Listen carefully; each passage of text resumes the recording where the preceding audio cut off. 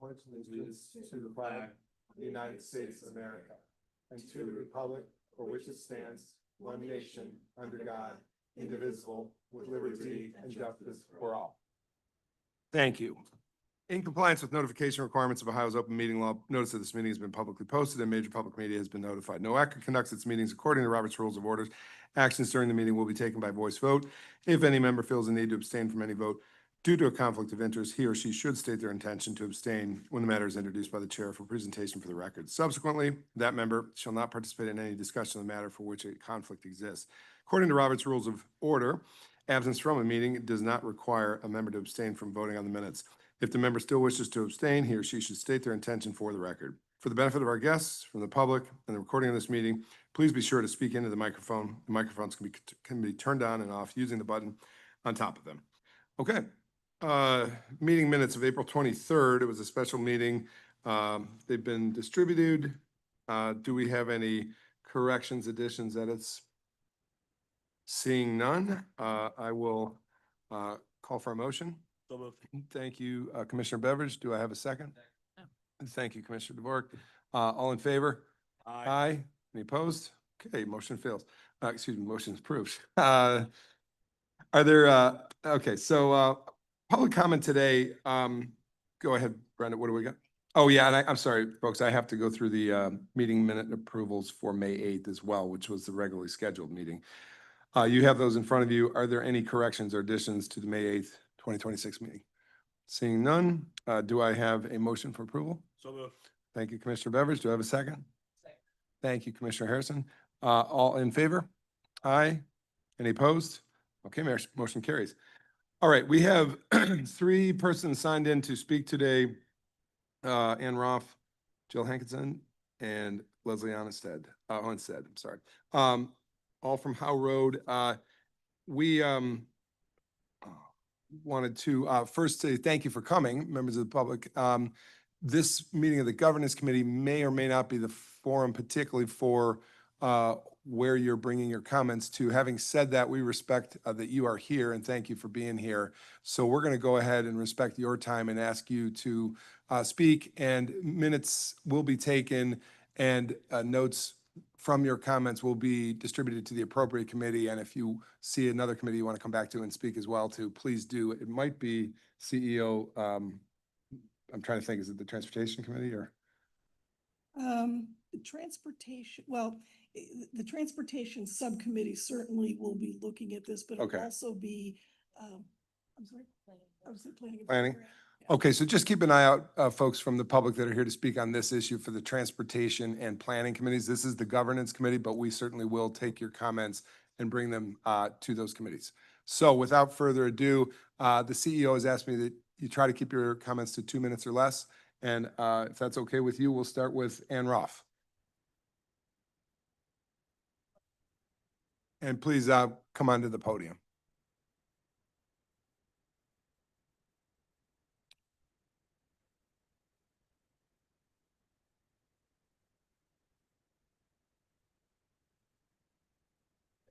My name is Ann Roth. I'm actually the city council person for Ward 2, where the NOACA study took the majority of place at. I appreciate you letting the residents speak today. I know a lot of them haven't had their voices heard yet. I know it went out to the public. It's just people getting the information, especially elderly people that don't have Facebook and other ways to find out information.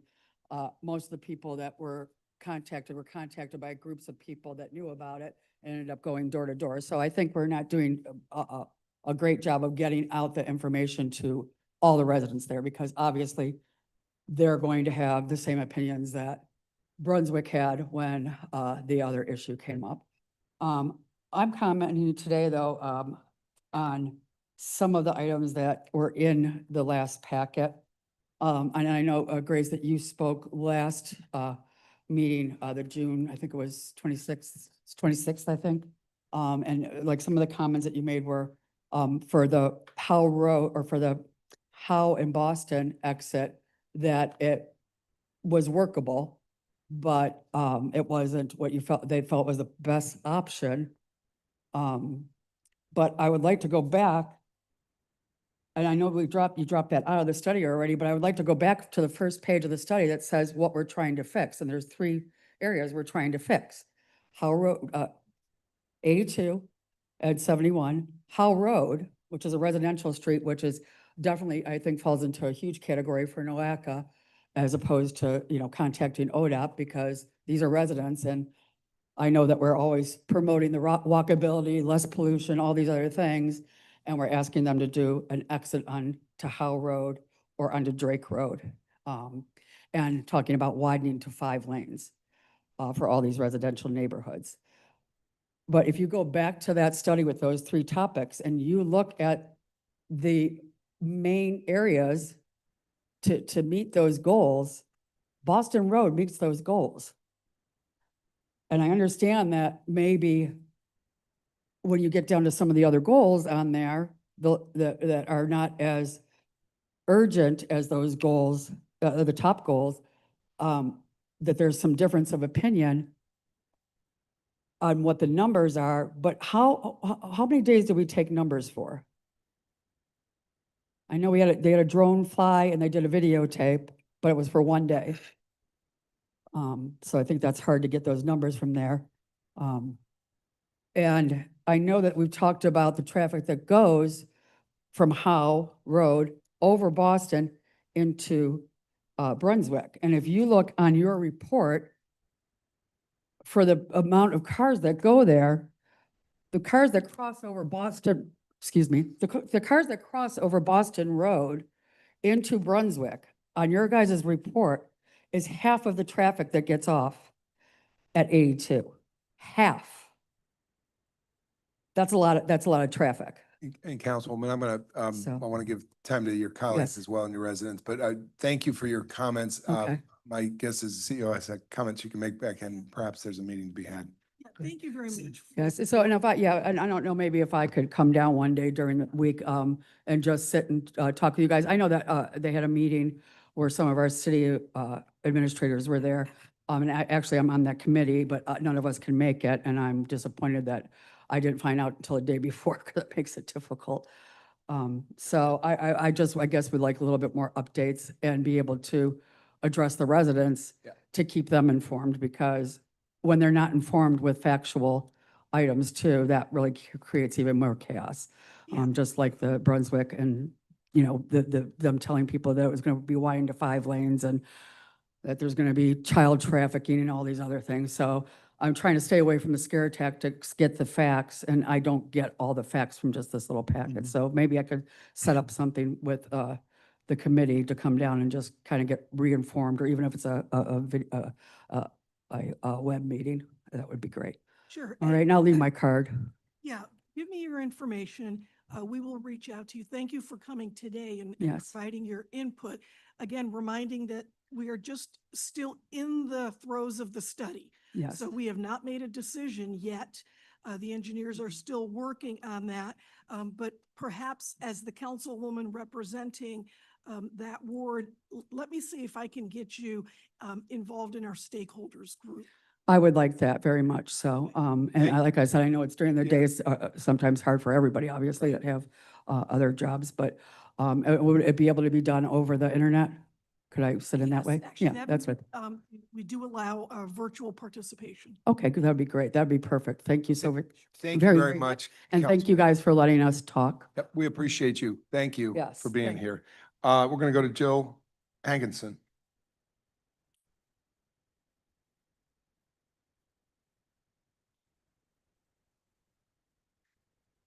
Good morning.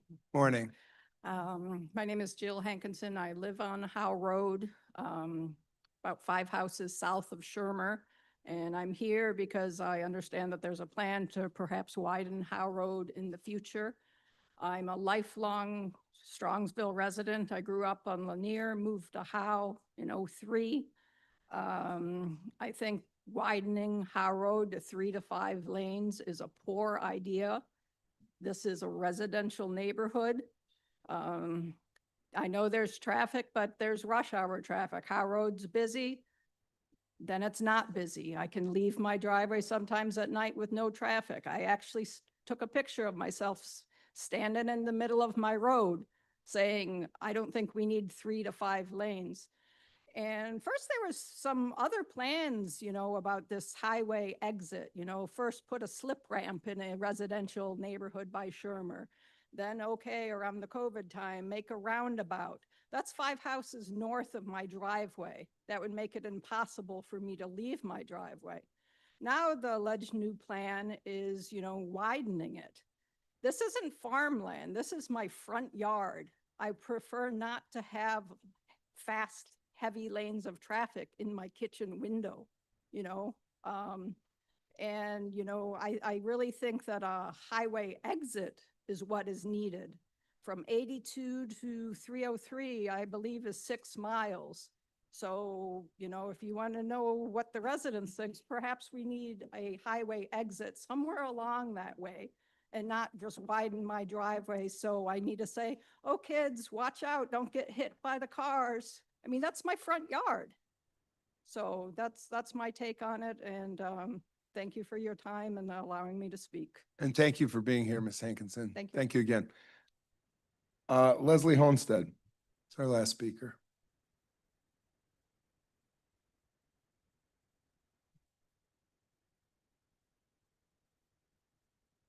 Hi, I'm Leslie Hohenfeld. I live on Howe Road. None of the building plans that we have seen that seem to be acceptable, at least that's what we were told at the last meeting, makes sense to any of the residents on Howe Road or Drake Road or the surrounding areas. They all put the burden of rush hour traffic on the backs of Howe Road and Drake Road residents, all just to get local and Brunswick resident home 10 minutes faster or even 15 minutes faster does not balance with the huge sacrifice you demand of 2 Strongsville residential streets filled with family homes. The majority of the high volume traffic on Howe Road is typically only during rush hours. Granted, there are more than one rush hour, but it's typically only at rush hour. I live on Howe Road. I know for a fact when traffic is heavy and when it isn't, where it comes from and where it's going. Much of that traffic is from Brunswick residents avoiding the 12-hour long traffic jam on 303. Yet the traffic study did not distinguish Medina plates from Cuyahoga plates as stated by NOACA speaker. And that's something I think the people who will be paying for this huge project need to know, that there are facts behind this. The rush hour traffic on Howe Road does not warrant the great cost and many losses of 100 Howe Road family homes and the surrounding neighborhoods. There's even 200 family homes that will be affected on Drake Road. These are family homes, resulting in the loss of property value, child safety, life savings, lifestyle, property tax to the city. I mean, there were other options that were discussed by NOAC in the past, like a roundabout at Shermer and Howe Road. The city of Strongsville even purchased property to accommodate that roundabout, but somehow that plan from NOAC disappeared. We don't know what happened to it. At least I don't remember. I tried to find what the results were of that plan. I mean, there's complaints that Howe Road can be dangerous as well as Drake because of ambulances having to go down Howe Road without the concern about the ditches on either side of most of Howe Road. That money can also be put into just fixing those side ditches rather than putting 3 to 5 lanes down Howe Road. I mean, those 3 to 5 lanes are not warranted whatsoever for the amount of traffic that we see right now on Howe Road. I'm afraid that the studies I have seen that show that increasing the lanes will also increase the volume of traffic.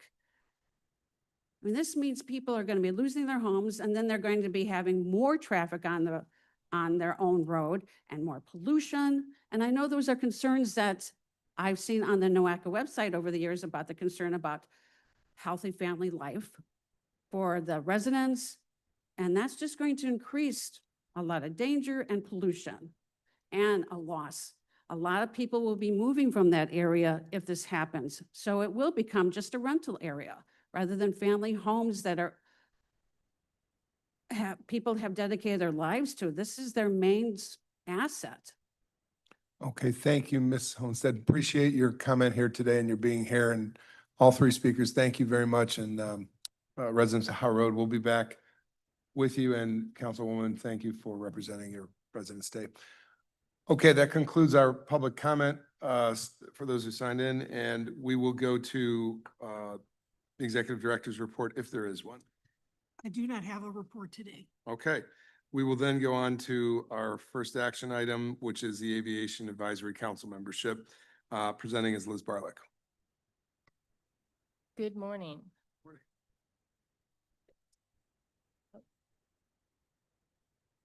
There we go. Maybe. Okay, so this is an action item for you all to approve the Aviation Advisory Council roster for 2026. So in June at the board meeting, the board approved the charter and then delegated approval of the inaugural individual membership to the governance committee because we didn't have all the names yet. We still don't have all the names, so I'm gonna have you all look at these blanks and tell me who you want in there. We have 5 representatives from the counties. We have a City of Cleveland representative. We've heard from Cleveland City Council that Councilman Slife will be their representative. Who do you all have representing your counties on this board? Council. For the number 3 under section A for Lake County, you can put the name of Commissioner Morgan McIntosh. That was in the packet. It just isn't on the slide. Oh, In okay. fact, I was going to commend you for being the The only one? that had a. I get my homework done early, Grace. For Geauga, Commissioner Ralph Spitarelli is a helicopter pilot, so I'd recommend him for the appointment if he's interested. I guess that puts me on the spot. For now, it's going to be me, and the alternate will be named later. I'm working on that still. Anybody else? Cuyahoga. Cuyahoga, Lorraine? Cuyahoga likewise, it'll be myself, but my alternate will be John Myers. And he will probably be the regular attendee. He's the airport manager at the county airport. I think I have him in the manager All right. position. Oh, That- no, I don't. So there is a specific spot for the managers and directors of airports and, All right, for now, then leave it as me and I'll give you an alternate later. Makes me look better by comparison. There you go, Commissioner. And in your defense, you and I did talk last week and you did say this was the direction it was going in. Yes, yeah, I'm still working on it, but will that require further action of this committee or the board to approve it, or can we just square that away? You can give us, you can approve this pending the addition of. Yep. Thank you. And Lorraine County, John, I don't know if you've got a name. I'll defer that to Commissioner Riddell, who'll be at the next meeting. Okay. We have a sidebar with that, so, we talked and he says, not yet, Yeah. so. Okay. Sorry, Commissioner DeWark. I have a question. Is there a criteria for the alternate? That's a good question. Criteria is the same as the member generally. This being the, Should have something to do with aviation. right, some technical expertise or policy level expertise that the commissioners would bring regional perspective. Okay. Thank you. Okay, and John? And also, we tend to, utilize the board meetings that we have to actually put that into, what we present to you, so. Okay. All right, and if you go to the next slide, City of Cleveland, we need a sorry, representative. Callie, I thought we had one. Oh, Well, from the mayor's there's, side, okay. there's one Yep. for the Council, yep. executive and one for the, I see. And the council, Councilman Slife is the chair of the Transportation Subcommittee. Okay. Or Transportation Committee. So I know our airport director is already part of this in a later Correct. section. I'd say Kate Nielsen, maybe as the alternate, and we'll leave the mayor as the main. Okay. All right, one down. All right, so then these are the spots for, and I just did some Googling for who the airport managers in your respective counties are. Let me know if this looks right, if you need somebody else. It gets a little tricky because sometimes a manager is like, FOB operator. FBO, FBO, FOB, Fixed thank base, you. yep. So I wanted to make sure that if that was the person, that was the appropriate person. And so, Mr. Meyer. Yeah, it's John C. Myers for Cuyahoga County. He manages the airport. And for Medina, we, the operations in Medina and Wadsworth are different. Yes. And also who we have as the alternate might inform which, if we have an alternate from the Wadsworth area, we will probably use the Medina airport or vice versa. So, if we could leave that open for right now. I just don't want to commit to one community and then not have the other one represented as the alternate. Or, Or yes. you may want to consider your seat for one of the, for the other one that doesn't. That's my thought, is if Yeah. I'm gonna have them as the alternate, that means they'll probably be the one who would attend, but I want to make sure we have both operations represented if we can, so. Can I amend my previous alternate? Of course. Can you switch it to Martin Kane? Keane. Oh, yep.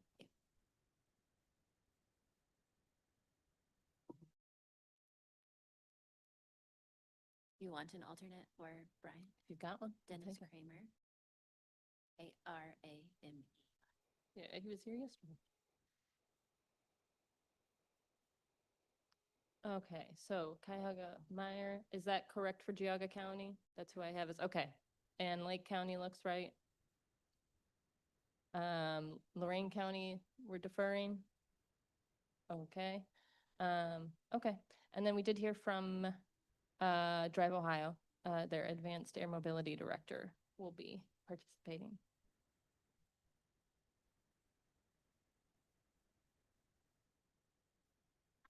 Okay, so then these are three pretty open seats. They're more expert and professional spaces. So some organizations might be NASA Glenn, the Center for Advanced Air Mobility Initiative, which is a initiative between Manufacturing Works, Ohio Space Air Institute, and Kent State, the Ohio Aviation Association.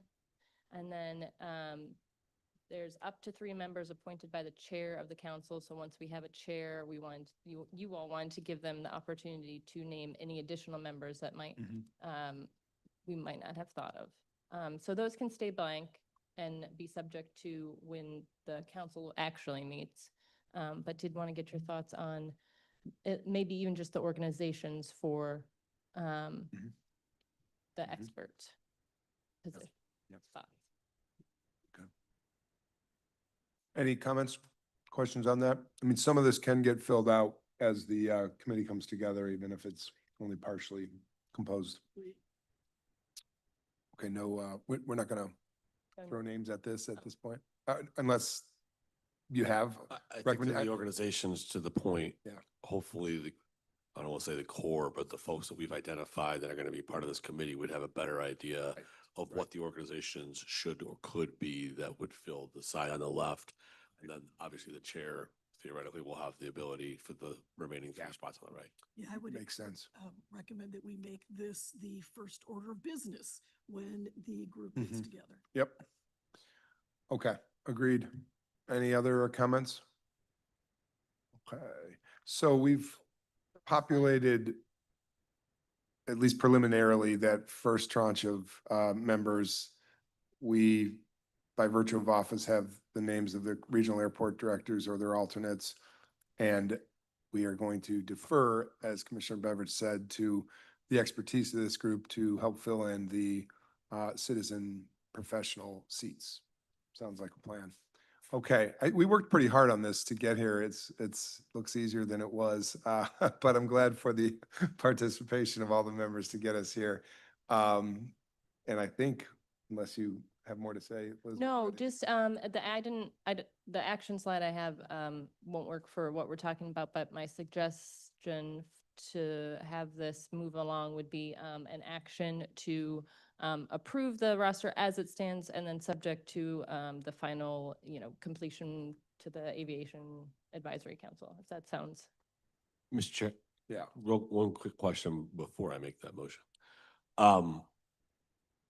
And I don't know that this matters, and I'm not a Robert's Rules guy, which I'm sure you have the book and you've read it cover to cover. Down here. Yes, right. If you need a loaner, we've. If we list the extra seats, those remaining 6 seats, are we gonna have a problem getting quorum?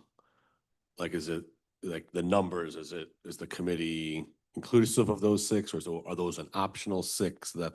Those would be optional, and it Okay. would be the named membership list. Any vacancies or unutilized seats wouldn't count for quorum.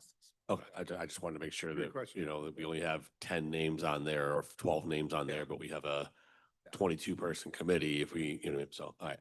Then I would make the motion to approve the roster as it has been outlined here today, subject to the future additions. Yep. Thank you, Commissioner Beveridge. Do I have a second? Commissioner Brackey, second. Discussion on the matter? Okay, well, I would only say, and I appreciate Commissioner Beveridge's point, that to the extent we can get a well-informed through their professionally lived experiences group of professionals to this committee to complement also our professional directors at the airports and help advise us as elected officials. Well, that, to Grace's point, will be, I think, first order of business to recruit a great roster. And I want to just say again, appreciate what you guys have done to get us here. This has been a hot topic, in part promulgated by some discussions about airport closures and how the system will work in a fully operational system. So without further ado, we have a motion second. Any other comments? Okay. All in favor? Aye. Any opposed?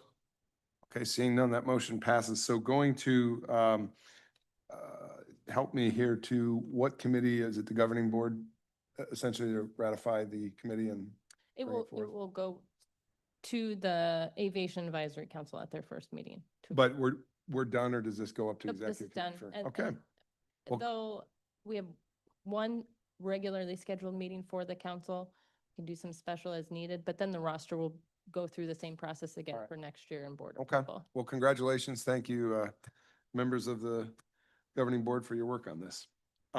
We will move now to a presentation discussion, I believe, on this code amendments, sections 4.3 and sections 0.63 by Liz, and then we're going to talk about governance restructure. So we've got still some work to do. All right, let's go. All right, this, for right now is not an action item. It is still for discussion. And I do want to recap where we are currently. So you can compare how it operates now to the suggested changes. So there are 4 sections we're looking at amending. Section 4.3 regarding officers. So right now that requires the election of a president, first vice president, secretary, and treasurer. Additional vice presidents can be elected, and we also have assistant secretaries and assistant treasurers. And there, in paragraph E, it states that no member organization shall have more than one board member serving concurrently as an officer. However, the limitation does not apply to the case officers serving as first or second vice president, assistant secretary, or assistant treasurer. So what we've spent a lot of time talking about is this section, section 6.3, which is regarding the executive committee. This is a snippet of that section. It talks generally about the duties of the executive committee and then specifies membership. That the executive committee shall consist of the president, first vice president, second vice president, if any, secretary, treasurer, immediate past president of the board of directors, and mayor of the largest city in the 5-county region. Executive committee membership shall also include at least one member of the governing officers of each county. So what does that look like currently? That means that the executive committee members are the board officers, and if those officers are not a county commissioner, county executive, or the mayor of the city of Cleveland, they also have to be included. So in the past, that means there have been more than 6 members on the executive committee. For example, if a county engineer was an officer, then a county commissioner would also have to be on the executive committee. More recently, these two requirements have been overlaid. So the officers have always been a county commissioner and the mayor in a rotation so that there are the 6 officers and just 6 members of the executive committee. And just to clarify, when we talked previous and more recently has been since 2014, when we did a major code amendment. So that's when they started utilizing the Senate form of government and saying the 6 members and they are the principals of those jurisdictions. Prior to that is when some of those changes, prior to that is when some of the membership included 2 folks or more from 2 folks from different counties. Just a technical point on this side. I think, unless this is just used for illustration purposes, if this is the reality, I think Cuyahoga County is in the immediate past president category. This is, they're not corresponding. It's just I a see. list of the Okay. board helps. officers, Yep. what a governing officer has been defined as for purposes of, Yeah, got if it. an additional There's a representative. hard line. I just didn't want people to think we're jumping the line here. We're back of the line. I think it's in alphabetical order. Oh, it's not, okay. It's not a one-to-one. I should put a line down the middle. So this is how it operates currently, and this is practice. This is not codified.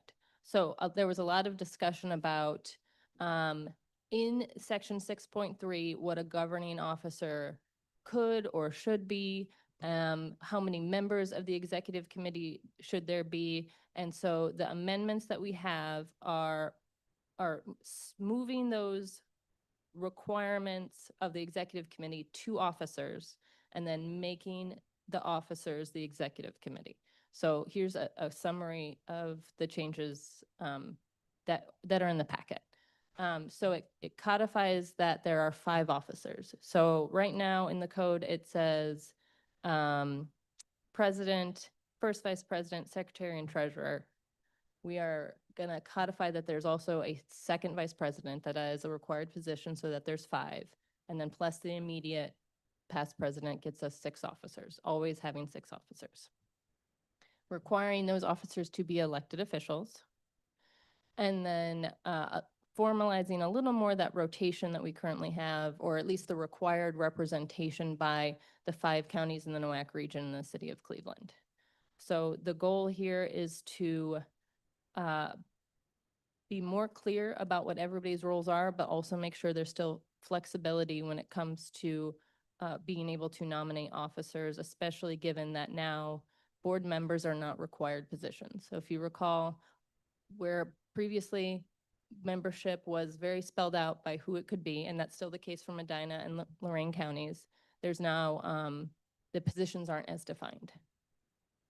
So this then, we specify who the officers are, and then that the executive committee membership is those board officers. So this is what that looks like. So at the first meeting in January, the board of directors shall elect a president, first vice president, second vice president, so requiring that position, secretary and treasurer from among its members who hold elected office, and then removing may also elect additional vice presidents. We have 2 vice presidents. That gets us 5 officers plus the immediate past president.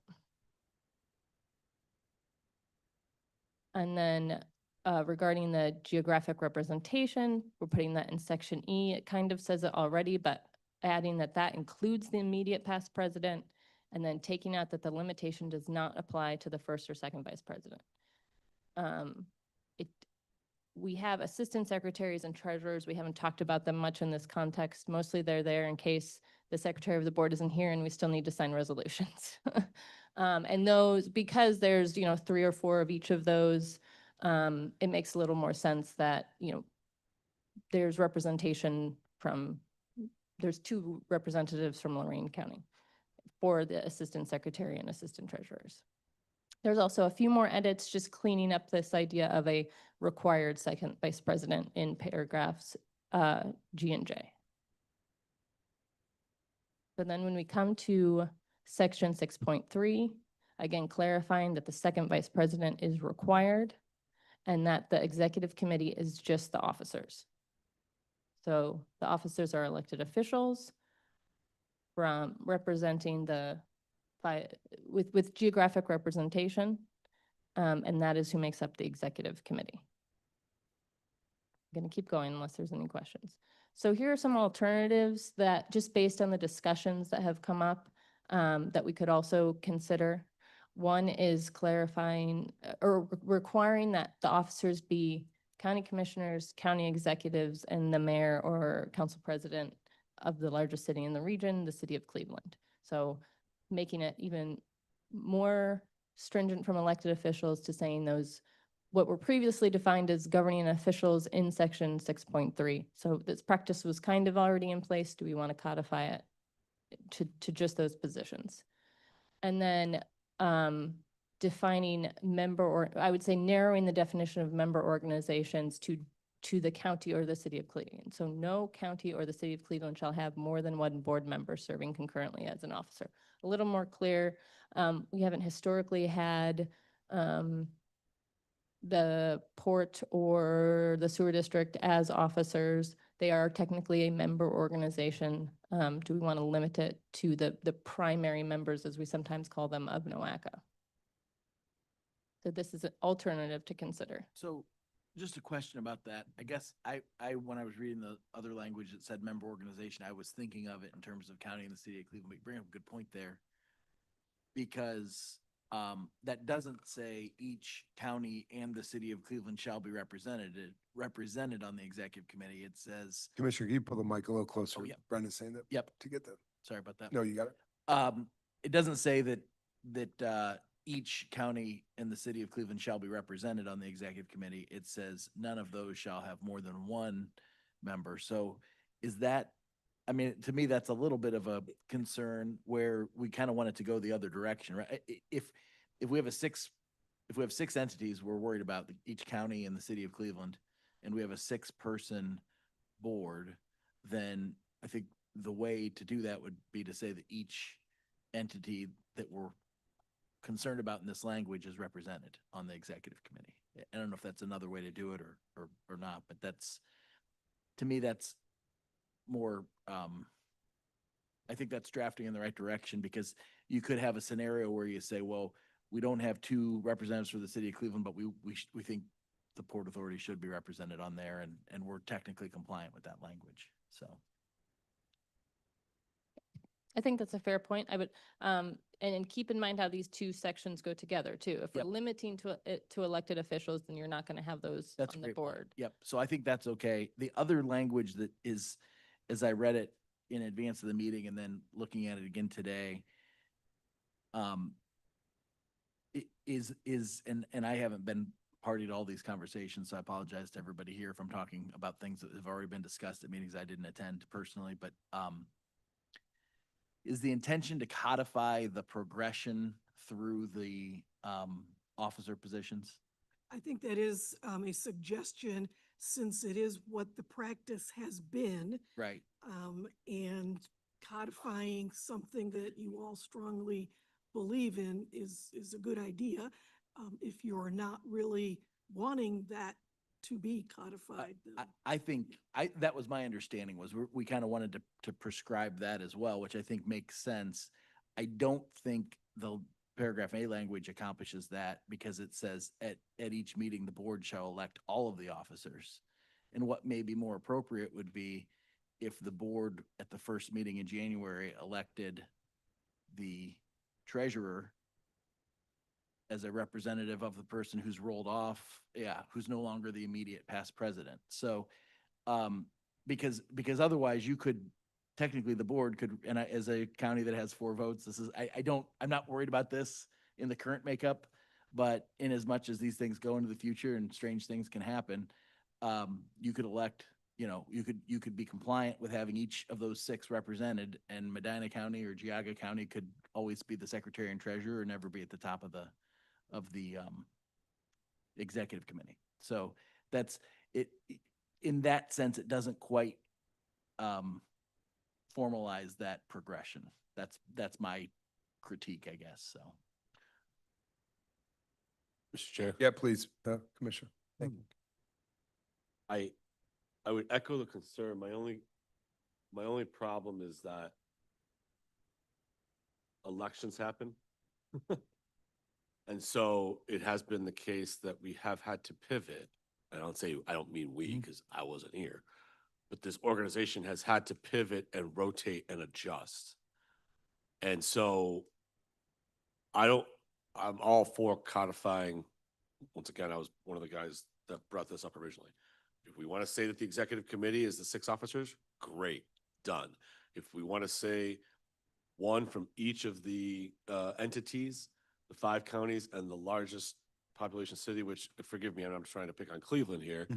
You guys are kind of big, but just in case something happens, I thought most of this said the largest city the largest populous city within the organization. So I just want to make sure that as we're writing that, it doesn't spell out city of Cleveland, it says largest population. Those 6 entities, one of each, as Commissioner Harrison said, I think it should spell out each of the officer positions should come from one from Geauga, one from Medina, one from Lorraine, et cetera, et cetera. But as far as the rotation, I would prefer not to have that actually codified, because if something happens and something needs to pivot, right? I think Medina was the last situation where a Medina representative was supposed to be up in the rotation, and something happened and it had to be Lake County twice, right? So, And actually, to that point, I think the matter was Cuyahoga County could have stepped in that particular year, but Your first year. yeah, your predecessor took a second year, so that was yeah, I'm not advocating for that. No. I'm saying But I hear what both of you are saying. I just Yeah, would rather have the flexibility yeah, that yeah. for whatever reason, Yeah. right? If the rotation is up or if something happens, Right. And accommodations be made. And to explain, just while we're having this conversation, because I think you're both making great points, do we codify the progression or do we keep it flexible? And I'll just personalize this, and I'm not sure it was a good decision retrospectively, but I was the first year county executive when it just so happened that it's Cuyahoga County's turn in the order of progression, the handshake progression to progress. But coming into a county of 1.2 million people and $1 billion budget to try to take on the chairmanship of NOACA, because it takes a lot of work, I took a pass. I asked for the grace of the board to take a pass that first year so I could get used to my job and my day job as county executive. And so that's what happened. And to your point, it was sort of, we pivoted for flexibility purposes. Yeah, but you had that option. Yeah. If the progression is written in. Yeah. You would not have had that option to pivot. Correct. And it would have been a hard year.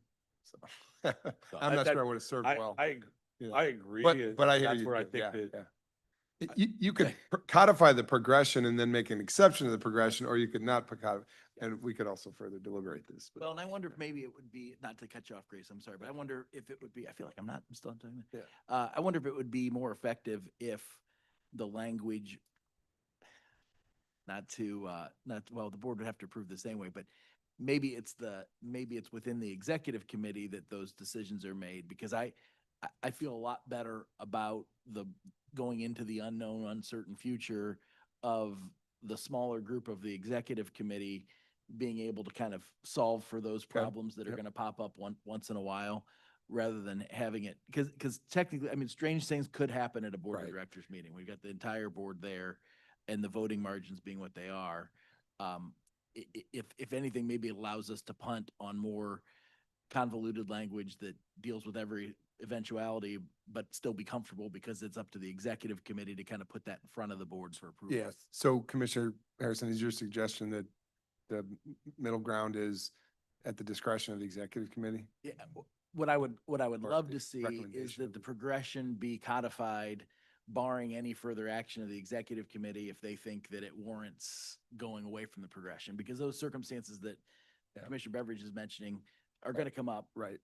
And there could be other situations that we're not thinking about. And so if we say, except as otherwise determined by the recommendation of the executive committee, then it's a different Right. story. So, The only thing I would say is the governance committee is actually in the code as the committee that nominates the officers.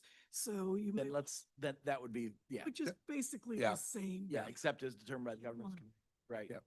And it makes sense actually that it wouldn't be the executive committee nominating itself as the executive committee. So yeah, that's with that caveat of it being subject to the discretion of the governance committee Right. to address these other situations, that I'd be very comfortable with that. Yeah, I agree with Commissioner Harrison. I think we want to balance fairness with, Mhm. but also flexibility. Yeah. And have a predictable schedule, but at the same time, give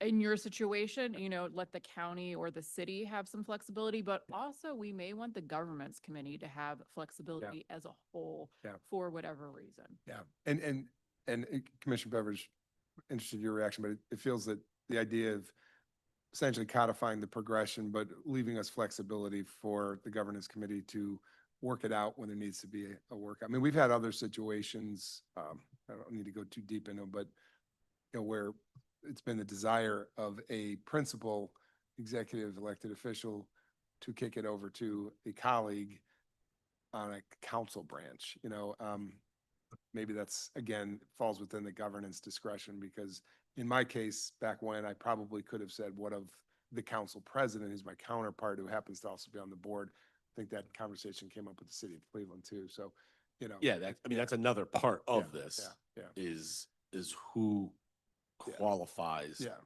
as being officers. Mhm. I think that going back to the codifying of the rotation, the governance committee currently is the committee that puts up the officers, all the officers. They determine that rotation. And so to the commissioner's point, it's already, I don't know what I'm saying, it's already being addressed, because it's already being handled out of governance.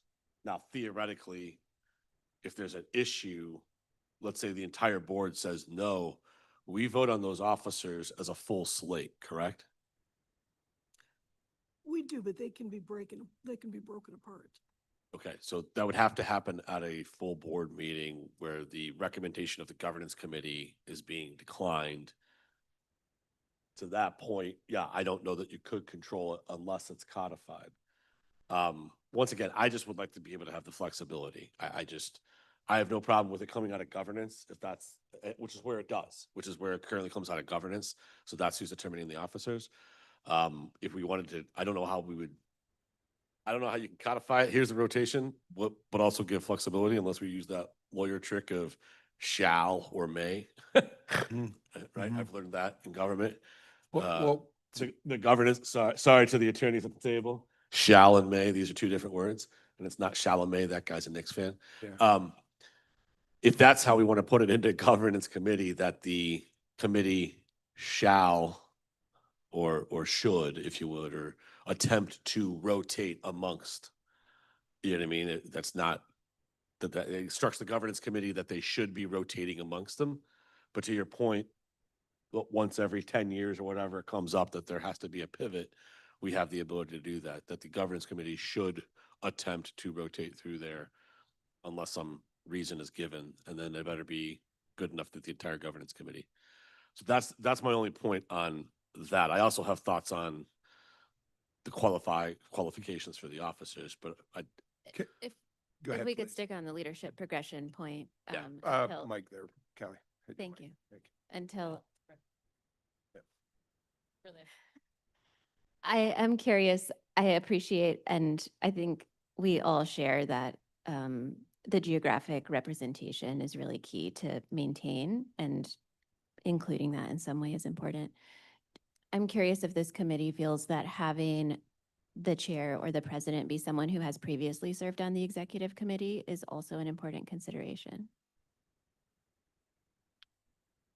Yeah, I would think so. I mean, I think that's the reason, Mhm. when we've made these adjustments in the past, I think that's the reason they have come to be. I was coming in, replacing somebody who was in the progression, I think, to be the president in the president year. They pulled him, obviously he left office, swapped in trustee Brandon, but didn't want him to come in his first year on the executive committee. So Mhm. again, I think that's been kind of past practice as But well. speaking of your first year on the board, Well, but I think what she's asking is if you need to be on the executive committee to become an officer. Neither Morris Beveridge nor Aaron Harrison would have qualified then. oh, I see. Yeah, yeah. I think you have to keep that Not to, out. sorry, not to become an officer, but to become the chair, The- the president. Yeah. If you should have been part of the executive committee mix somewhere in the progression prior to assuming the lead. Which And is, I do think that if we feel that that's the case, then that would also be helpful guidance to include. I think be the expectation because the principles are actually put in there, but let's use county commissioners where there's 3 of them. If it went to a different county commissioner, I think the way we've handled it is it's up to them. I, in theory, like the idea, right? The only problem is I could be on the executive committee and not show up to a meeting for 2 years. And then when it's my turn in rotation, okay, I want to be chair now. And then I don't think that's, I agree, the spirit and what the intent is. Yes, I'm all for that. Unfortunately, I just, then we're gonna get into, okay, well, if we want to make sure you're on the committee before, do you need to attend the meeting before? Like, that's the only reason. And to that point, once again, as commissioners, there's 3 of us. And we are on different rotations and, for some reason, I choose not to run, I don't get reelected. One of the other 2 commissioners may not have been on the executive committee the year before, but can function enough to run a meeting and would we want that representation? So that's just, I hear you. I don't know that I want to write it into I personally would not want to write it into the bylaws, that restriction. But once again, I think that comes down to the governance committee. and that, I think that's Yeah. kind of where I was going, was that is in the realm of the exceptions to kind of align with past practice, that we'd want to defer to the governance committee, because the governance committee is Yes. going to have Yeah. the opportunity to think through all those things. The situation you're describing, I think it would be preferable, exactly how it was handled the last time around, for Medina County's sake. It wasn't, well, Jeff Brandon is new to the executive committee, so we're going to bump him down to treasurer and he's going to have a 4-year rotation. It was, he's going to stay, I think he came in as vice president.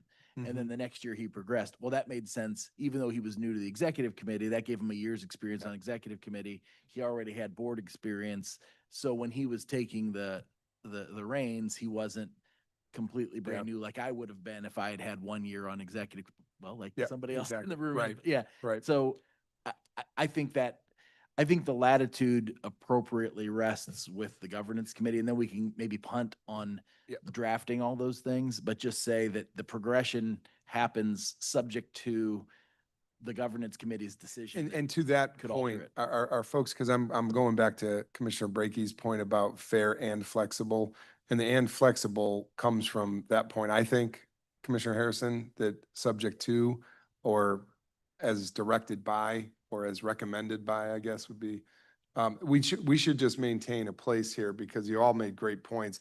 In the 4 years I've been here, there's been at least, I think, 3 out of 4 years where we've had these discussions about the need for flexibility based on either person's time schedules or other things. And we've kind of worked it out through this process. So is everybody, and maybe we can. I'm comfortable leaving. Yeah. I'm comfortable with leaving the rotation as it's currently spelled out, that the governance committee. Yeah, for fairness It's purposes. not actually spelled out, right? On Yeah. this one, it's not spelled And out. What I'm kind of thinking, listening to you all, is I think you could, without being explicit, I wouldn't want to say you have to do this and then say, but except for all this. I would suggest that you leave it as is, or maybe put in some sort of like intention statement, maybe in 4.3E, Mhm. like with the intention of, and I can think of some language regarding the rotation, or maybe even in the section regarding the governance committee, you know, as part of their nomination of officers, they could consider, you know, attendance, time served, these sort of things, or maybe even a less, you know, not in the code, but more of like a policy or a guidance document regarding, when officers are nominated, here are things that should be considered and weighed. Jeff? Yeah, I think within the governance committee nominating the slate of officers, just simply putting in there, should attempt to rotate amongst the 6 entities, Whatever language covers. 5 it there. counties and the largest population city. Yeah. Are you guys comfortable with at least trying to go in that direction and wordsmith that a bit? Okay.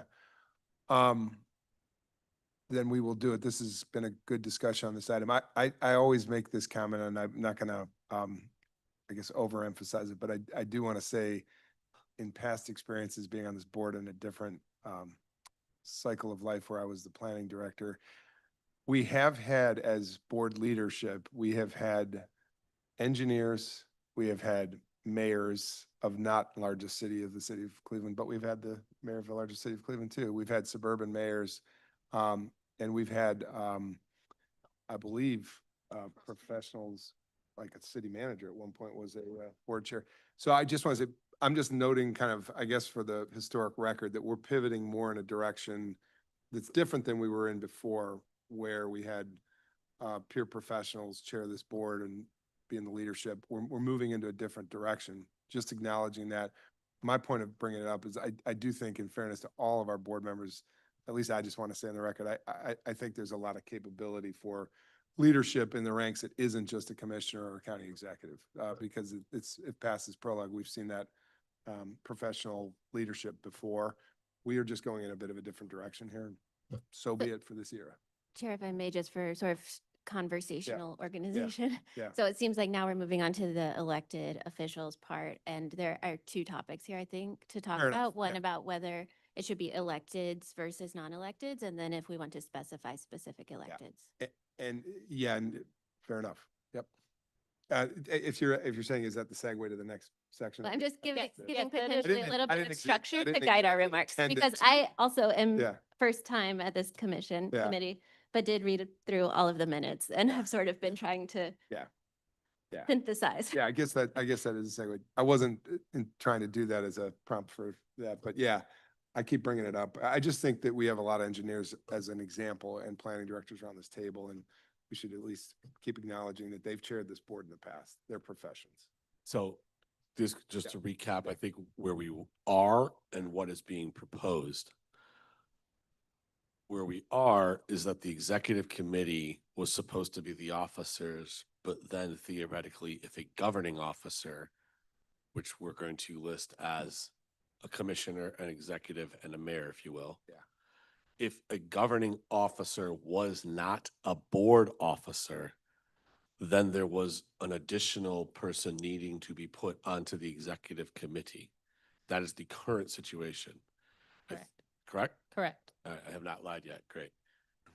What I think we're trying to do is to codify that the executive committee is the officers. And to merge those 2 desires and or practices, I think we then are talking about wanting to, at least I am talking about wanting to restrict the officers to being governing officials, i.e.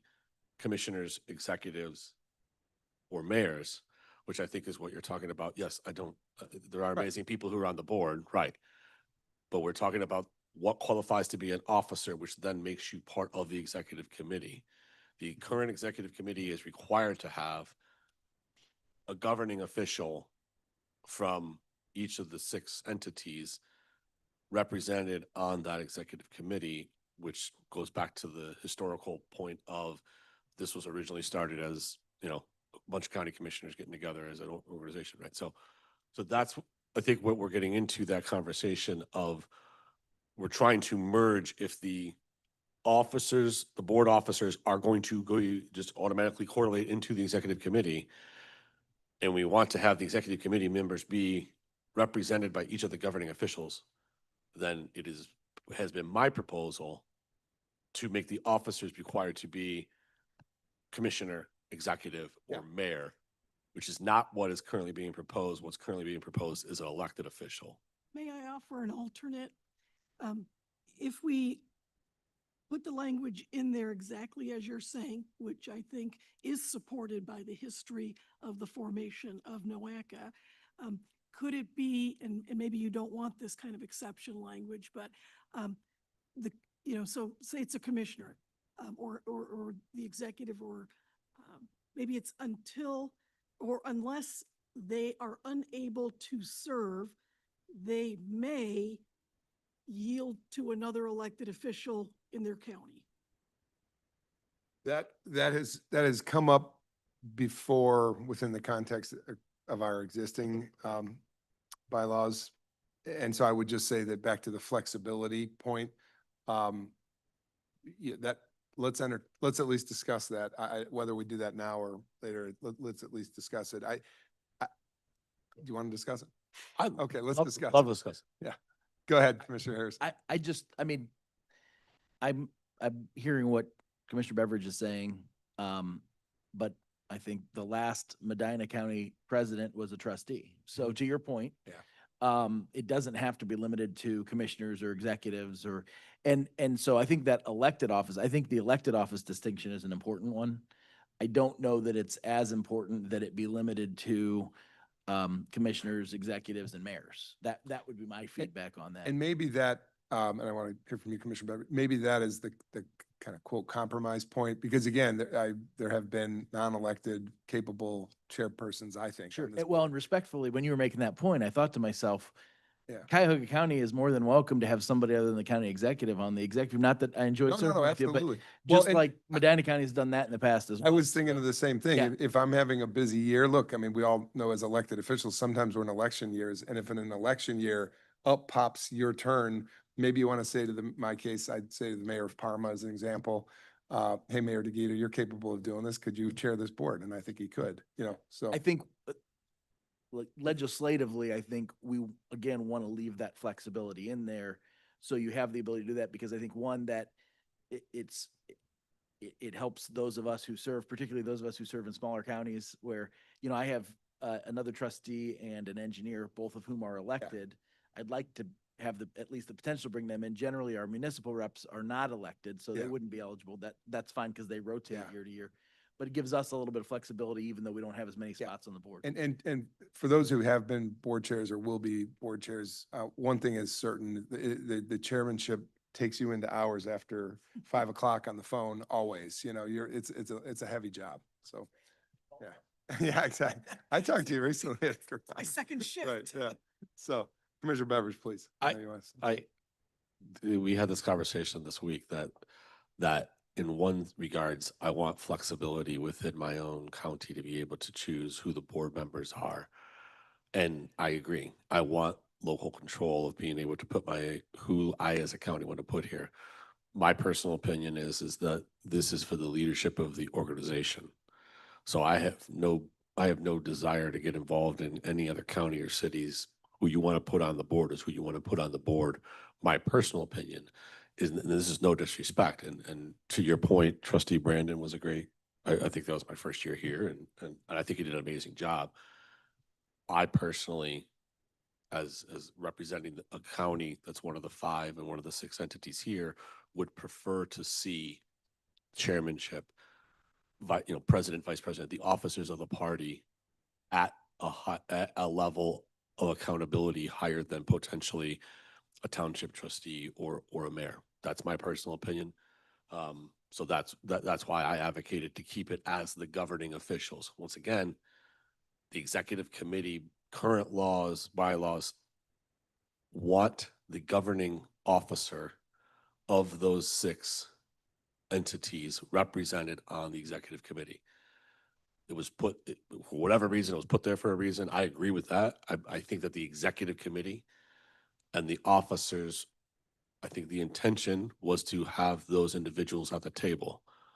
I have advocated in the past about accountability and the level of responsibility that we have to the voters across the whole 5-county region. And so for me personally, that's why I think if the intent was to have the governing officers as part of the executive committee, while we're trying to clean up the language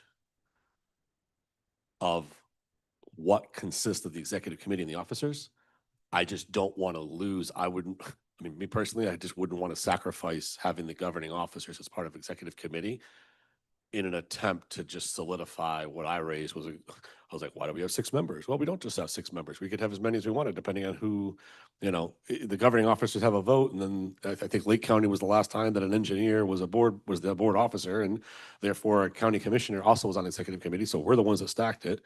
So it seems like I continually have to explain why Lake County has done what they've done in the past, and that's fine. I just want to clean it up so it doesn't happen again, and the opportunity for ambiguity isn't there, so. Well, I want to welcome Mayor Bibb here also to the table. Mayor Bibb, we're steeped in conversation about And not to cut you off, but to be Yeah. clear, it's a committee of 7 people. I say all the time, I'm one vote. If the committee Yeah. wants to go a different direction, go a different Yeah. direction. I'm just, No, well, going back to Commissioner Harrison's point about elected, but elected has a broader connotation than just the executive branch of government.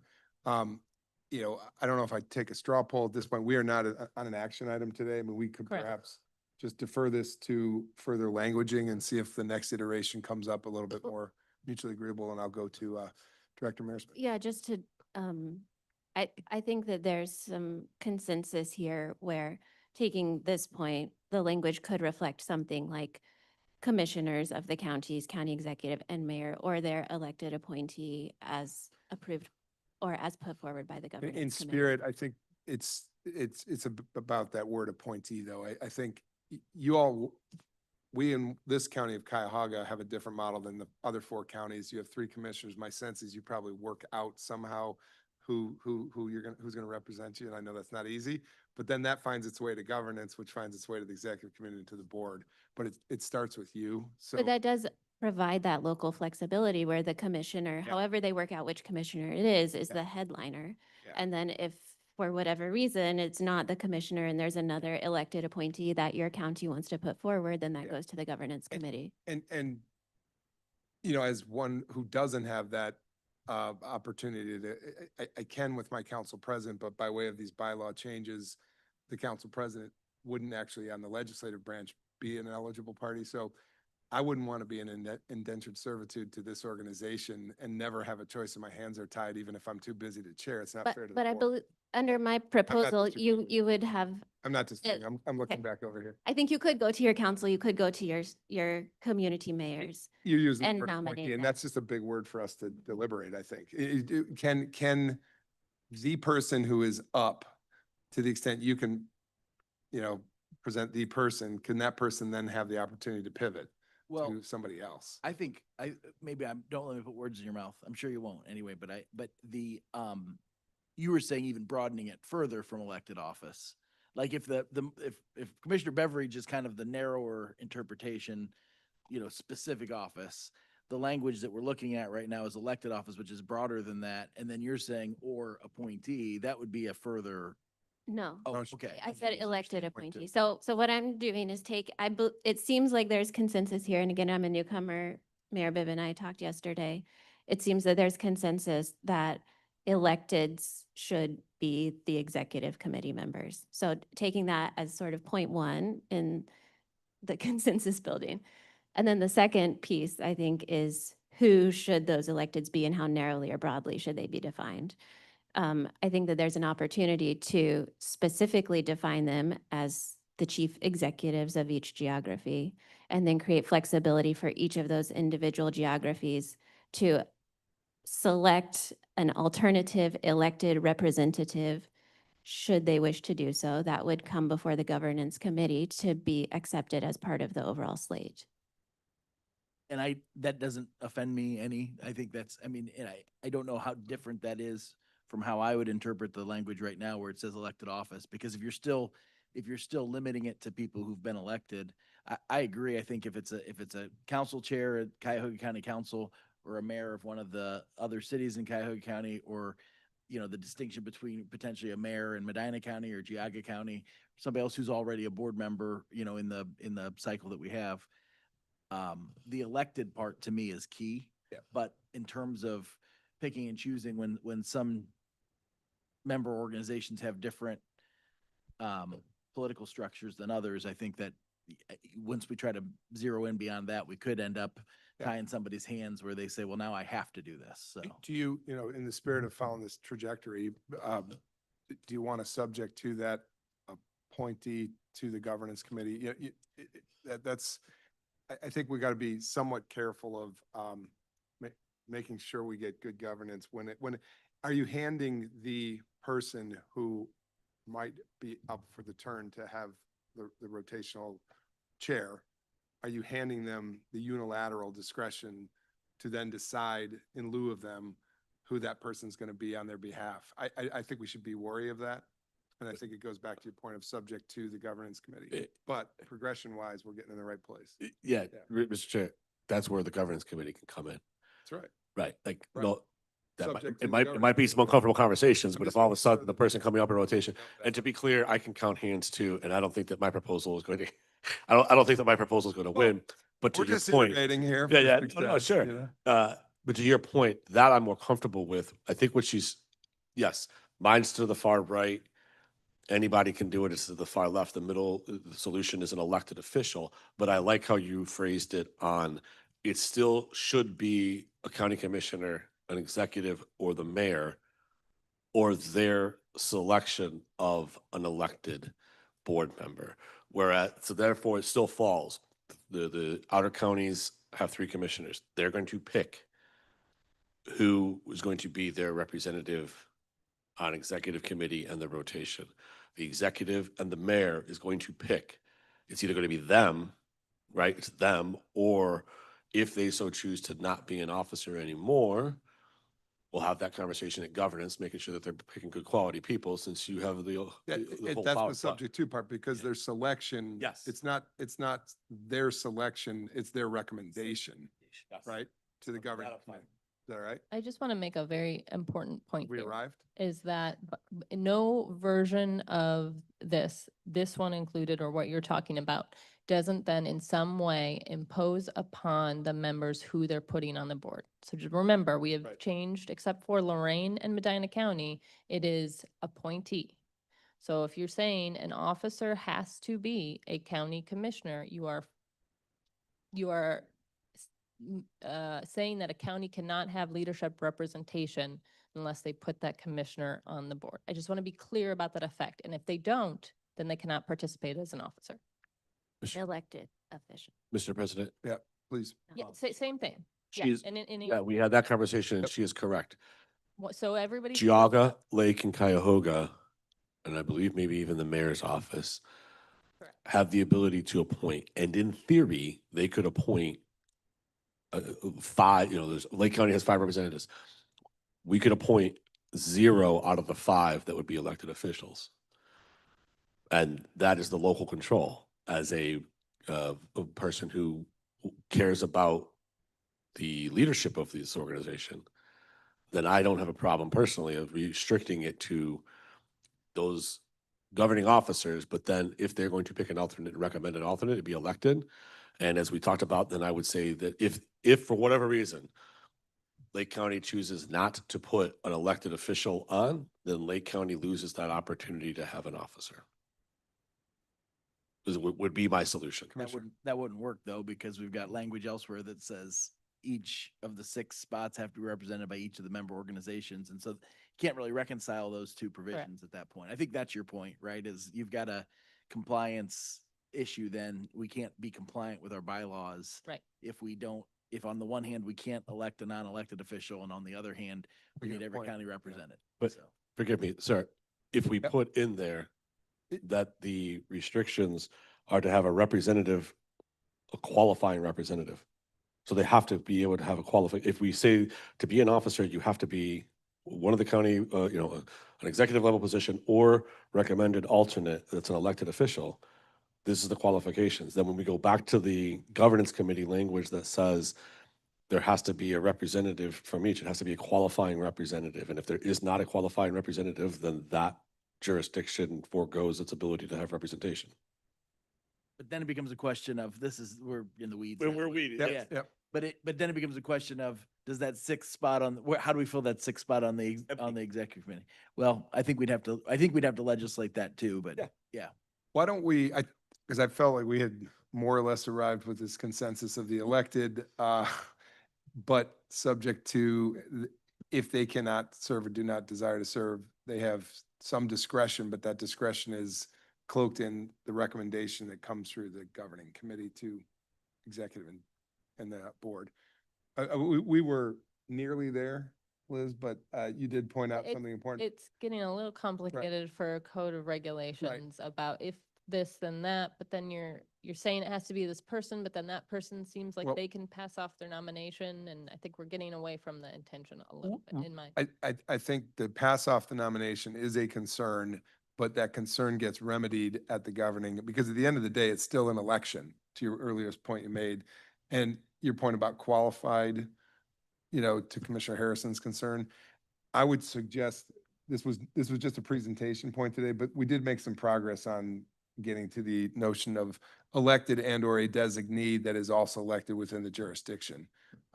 This takes time and it's taken its time, but fair and flexible. All right. May we move on with the hope that we actually made some progress?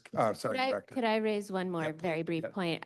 I know from going through the past meetings that the issue of a tied vote was sort of the originating piece of this that has been discussed in the past, referring back to Robert's Rules of Order with like, if all six are there, 5 vote, the chair doesn't. And then it seems like in past conversation, there was some potential concern raised about the chair not having a voting voice. I'm just curious if this committee feels that that is resolved. I think an alternative approach is if there is a tie, it gets sent to the full board for tie That's breaking anyway. good point. So Yeah. that feels like it doesn't need a full discussion, but I wasn't clear through the past conversations about resolution. Yeah, go ahead. Commissioners. Oh, yeah, we brought it up and then nobody else wanted to take it up, so I dropped it. So Yeah. we stayed at 6 members. I think was the consensus to stay at 6 members and do our best to work together. And Robert's rules I thought they'll permit a chair to create a tie Right. in addition to breaking a tie. So if Yeah. it's a 3-2 vote and the chair would have a vote to make it a tie vote, and now you're not passing an action that would have otherwise passed. I mean, so that would be preserved in that, right? Because it all ties back to Robert's rules. I think by way of Robert's Rules. Well, right? that's what Is that- yeah, we decided solved Yeah. it. yeah. So do we still feel like we need to solve the issue of what to do if a tie is holding action? No. The reason why it came up was that Grace's contract literally had it written into it that the full board had to take up the action as recommended by the executive committee. And when I was advocating for a 7th member or a tie-breaking vote, the comment was, well, if we have a tie, then it doesn't get advanced. It doesn't come out of executive committee was what was presented as an option. And I said, well, that's kind of tough since we have employment contracts for folks here that require the action to be taken by the executive committee. So yes, to your point, we do not have a solution that if there is a tie at the executive committee level, that tie, there's no resolution to that unless there's one within Robert's Rules of Order. Well, I was gonna say, why don't we, Liz, subject that to you and Ryan, who carries his Robert's Rules as well. So, Well, and I Uh, believe we can adopt things that vary from Robert's Rules of Order as long as Yeah. they're specified. We So can. that may be just something, Yep. as we're tying this up to. and consider. this is a living, organic, set of bylaws that will change, today and tomorrow. So, yep, great points. All right, I think you got the spirit of where our reaction to your proposal, where we're going with this. So, So just real quick, do we have what's our schedule? We're going to have another governance committee meeting. November where nominations would be made. We have another one? So I don't think we've resolved any of this. no, you're right. We probably, Discussion, I do not feel confident that I will draft something that, I But- will make an attempt. I think we have a lot of unresolved Yeah, but issues by- still though. agreed, but by the same token, all you're doing come November is making recommendations as we always do for the next year's slate. And I'm not anticipating huge variances in the fare and, um, We just try to get these Yeah. changes put into place Right. for next year. And so Yeah. we literally about this time last year, I was told, no, we could. wordsmith it and you guys could get back to us and see if it merits another meeting. Yeah. All right, if you're in for it, we'll do it. So let's let the legal team ingest all that we gave them today, which I thought was helpful. So, yeah, November board is what date? 14th. All right. Today is the So if the 13th. desire is to try to get something to the board by November 14th, we'll probably have to meet That November once again. 13th is the governance committee. It would, Well, we got Uh, September, but I'm looking out to November, yes, it would go to the then December, I think, December 12th or board. 13th board meeting. Okay. Okay, we are going to close out with appreciation for all that. We are gonna move away from one of the items we had and skip over to the last item in fairness to get to the executive committee. So this is the MPO training program. Can we do this in 2 minutes or? No, this. Oh, is the governance no, restructure. Okay. Restructure. All right. And this we can do in 2 minutes. Right. What I am looking to revisit is breaking up NOACA into the MPO and an RTPO. We had this conversation in 2017 and 2018. We studied it extensively. That was the first time, it was the last decade, the Kasich administration allowed us to do this. So the intent is to ensure that you have fair representation for the rural areas that may not be adequately represented by the MPO who is focused on urbanized area. Last time we did this, we punted the details to the Rural Advisory Council. So what I'm asking for is concurrence that I can talk to the Rural Advisory Council about revisiting this issue and preparing the information and bringing it back to this committee to see if this is something that might work for our region. It seems like there's a lot of concern over our representation of the rural areas. In 2017, it existed, but once the analysis was complete, the Rural Council voted to not form the RTPO structure and to stay with NOACA in full structure. So it rejected RTPO, just kept the MPO.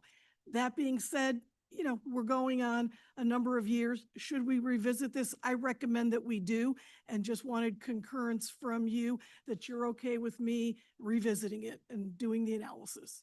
So, Commissioner. I think that's great. I think it's good timing. I think it's an appropriate thing to review every few years anyway. Rural Advisory Council, my understanding is they frequently don't have quorum. Is there, I mean, that seems like the appropriate place, but is there a way to address that and make sure this process moves forward, gets the attention that it needs? So I think some of it has to do with the topics we currently discuss are not that central to the rural folks. So there isn't perhaps the interest to attend meetings. What I'm going to propose is that we will have separate meetings with the Rural Council on this topic and let them know that this is what we're talking about. See if that doesn't attract their attention to come to the meetings. And then if not, we as staff can still do the analysis and bring it back to the governance committee. That's great. That was, I just didn't want that to be the holdup. So I think that's a great way Yep. to move forward. Thank you. Any other comments on them? Okay. Good with, I'm just looking for head nods. Be okay with the concurrence to move on that study and that inquiry. Okay. Whatever the MPO training program was, I'm sure it's important. We want to hear more about it, but You want to hear more about it, but in essence, the governance committees, one of the governance committee's responsibilities is board orientation. And we would like to recommend having a formal orientation program designed by the industry experts and hopefully do it through the entire state of Ohio. by means of ORC, the Ohio Association of Regional Councils. Florida currently does this. And we just wanted to speak more about this with you, but we can do that next time. But we kind of wanted to really sort of have something in place for next year. Okay. No, yep, go forth with that. Okay. Any reports or updates further for today's meeting? Okay, any old business? Any new business? All right, well, I want to say to the members, thank you for advancing the Aviation Advisory Committee work today. And again, for all your thoughtful comments on the continued work of our executive and leadership development as a board through section 4.3. I think Liz and the lawyers will take another stab at some language, and Liz and Ryan and others will be back with us. So thank you for that, and we appreciate everybody today. I'm going to ask for a motion to adjourn. So moved, Commissioner Dvorak. Do I have a second? Second. All right, seconds all around. All in favor? Aye, Aye. adjourned. On to the executive committee. Thank you, members. All right.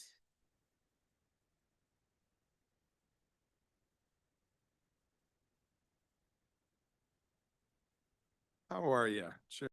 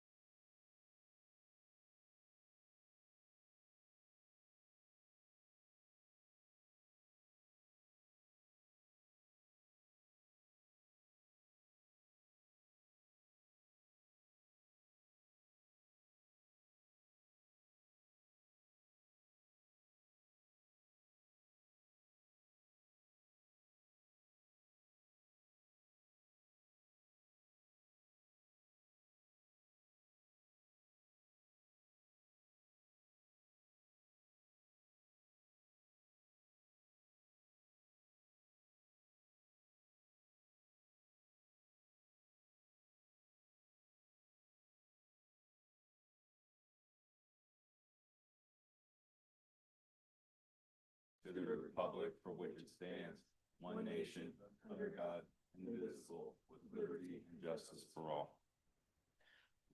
In compliance with notification requirements of Ohio's open meeting law, notice of this meeting has been publicly posted and major public media has been notified. NOACA conducts its meetings according to Robert's Rules of Order. Actions during the meeting will be taken by voice vote. If any member feels the need to abstain from any vote due to a conflict of interest, he or she should state their intention to abstain when the matter is introduced by the chair for presentation for the record. Subsequently, that member shall not participate in any discussion on the matter for which a conflict exists. According to Robert's rules, absence from a meeting does not require a member to abstain from voting on the minutes. If the member still wishes to abstain, he or she should state their intention for the record. For the benefit of our guests, from the public and the recording of the meeting, please be sure to speak into a microphone. The microphones can be turned on and off using the button on top of them. Okay, looking at the meeting minutes from May 8th, 2026. Any corrections or additions? Seeing none, is there a motion to approve? So moved. All those in favor say aye. Aye. Any opposed? Motion's approved. Also looking at the June 26, 2026 special meeting, are there any corrections or additions? Seeing none, is there a motion to approve? So moved. Move. Is there a second? Second. All those in favor say aye. Aye. Any opposed? The motion is approved. Has anyone signed up for a public comment this afternoon? No one? Okay. All right. Madam CEO, is there a report? There is no report, but one quick announcement. The TLCI application process is now open. We have $2 million available for implementation projects, and it closes October 9. Great. And just Looking forward to remember, hosting you at Yes. Public Auditorium. this will be the first time at Public Auditorium, and make sure this is on your calendar. Then I think, go right into the next items. Great. Okay, we'll have Mr. Ronnie Blackshear present the 2026 state fiscal year OWP completion report. Mr. Blackshear, the floor is yours. Thank you, Mr. Chairman. This is a request that the Executive Committee place the state fiscal year 2026 OWP completion report on the Board of Directors agenda for September 26th. The previous action is the board approved the state fiscal year OWP program in March of 2025. The completion report is an annual requirement due on September 30th of each year. It summarizes the staff activities outlined in the fiscal year 2026, state fiscal year 2026 OWP, comparing the completion work to what was planned. It's prepared for the USDOT and ODOT. The completion report consists of 29 projects, where 14 were 100% completed, 8 were between 90 and 99% complete, 3 were 80 to 89% complete, and 4 were less than 80% complete. The OWP average product completion rate is 89%, and there are several projects that are considered multi-year projects.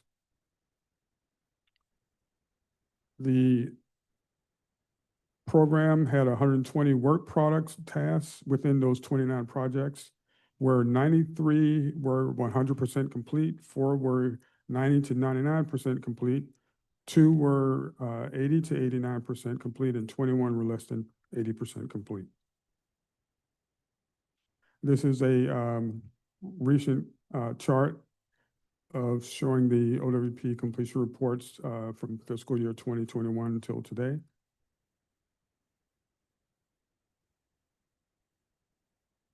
As far as the financial impact, approximately 81% of the budget was expended. That excludes the capital funding for charging and fueling infrastructure, or CFI, and the Irishtown Bend project. And those projects were excluded, which prevents also those two rare projects from distorting NOACA's performance metrics. And they were both capital projects. As far as next steps, pending board approval, NOACA staff will forward the state fiscal year 2026 OWP completion report to ODOT and the USDOT for approval. And the action again is to request that the executive committee place the state fiscal year 2026 OWP completion report on the Board of Directors agenda for September 2026. Thank you. Is there a motion to approve? Is there a second? Any discussion? All those in favor say aye. Aye. Any opposed? The motion's approved. Grace? If I may, normally when we adopt the budget and we look to approve the completion report, I always want to take a few minutes, or at this point, it's probably just a few seconds, to thank staff for all of their hard work in getting us to the point of completing as much work as we did. So in spending 81% of the funds, we completed 89% of the work, which has been consistent. But again, staff does a great job. They work very hard. They're committed to the organization, and I want to recognize them. Great. Thank you, staff, for the hard work on this. Truly appreciate it.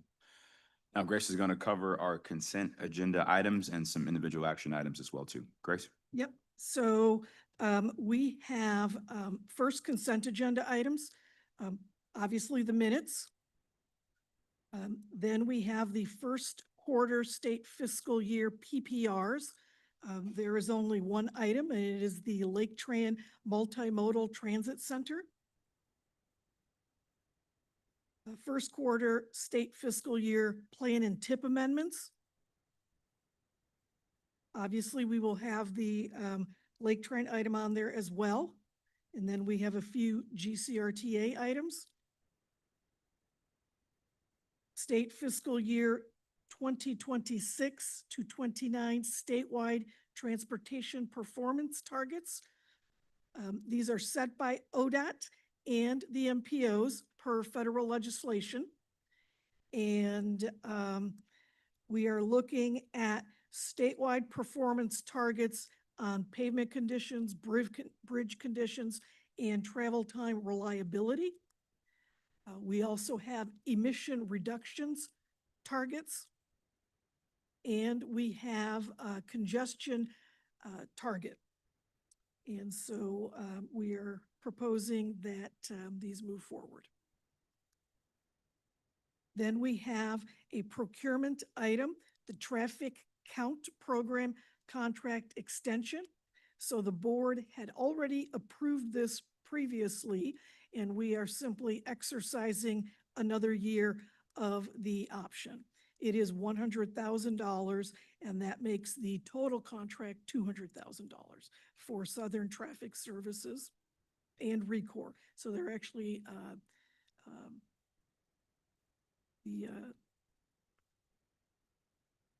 I'm going to ask for a clarification on this from Lindy Burt. Is this just one contract, not the other one? It is, no, it's two contracts, Okay, that's what I thought. Southern Traffic Services and Eggman Engineering. Okay. Sorry. It doesn't have Eggman Engineering on here. Did it change its name? No, were they on the prior slide? They should have been. Okay, I'm just looking at the next step, sorry. Okay. Sorry. Oh, it is on there. I apologize. Oh, there, yeah. I didn't see it. Okay, yes, thank you. So the next item is a procurement for Greater Cleveland Regional Transit Authority, TLCI project contract. So we have gone out to bid on a TLCI that was awarded to GCRTA in the last application round. We did receive multiple proposals, and we are proposing that we move forward with Nelson Nygaard for $125,000. Next is a procurement for the city of Mentor on the Lake, also for a TLCI. We had multiple responses to our RFP. And at this point, we are recommending American Structure Point for $150,000. Oops. Overall work program budget amendment. So the budget was adopted in March by the NOACA board. In September, once we have the final numbers from ODOT as well as from our internal finance staff. We do what is called a true up, and we have this amendment that totals a $28,738 difference in terms of revenues and expenses, but needing to do this to be, compliant with our audit and finance requirements.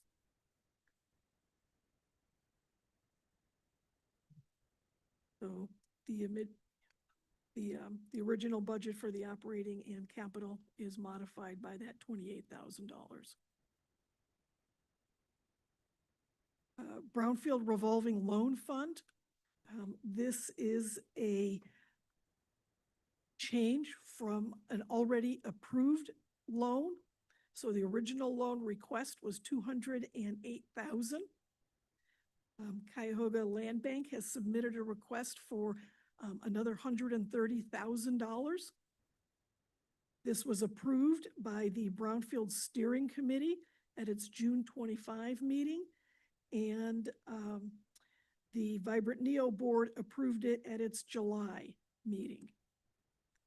And even with this $130,000, if it is approved, we still would have $405,000 available in the bank. And I do know that some of you have been in contact with NOACA staff about these loans, and so there is funding still available. Any questions on the consent agenda items?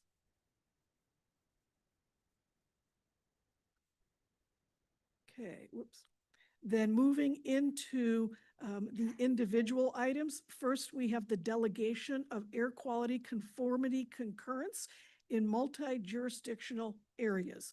What that means is MPOs in areas that are in non-attainment or maintenance areas, when a project is introduced in one MPO, it may impact other MPOs because the air quality work that we do is multi-jurisdictional. So the maps show the area that we serve, and on the top, which is by county, and then representing below it the MPOs that we work with.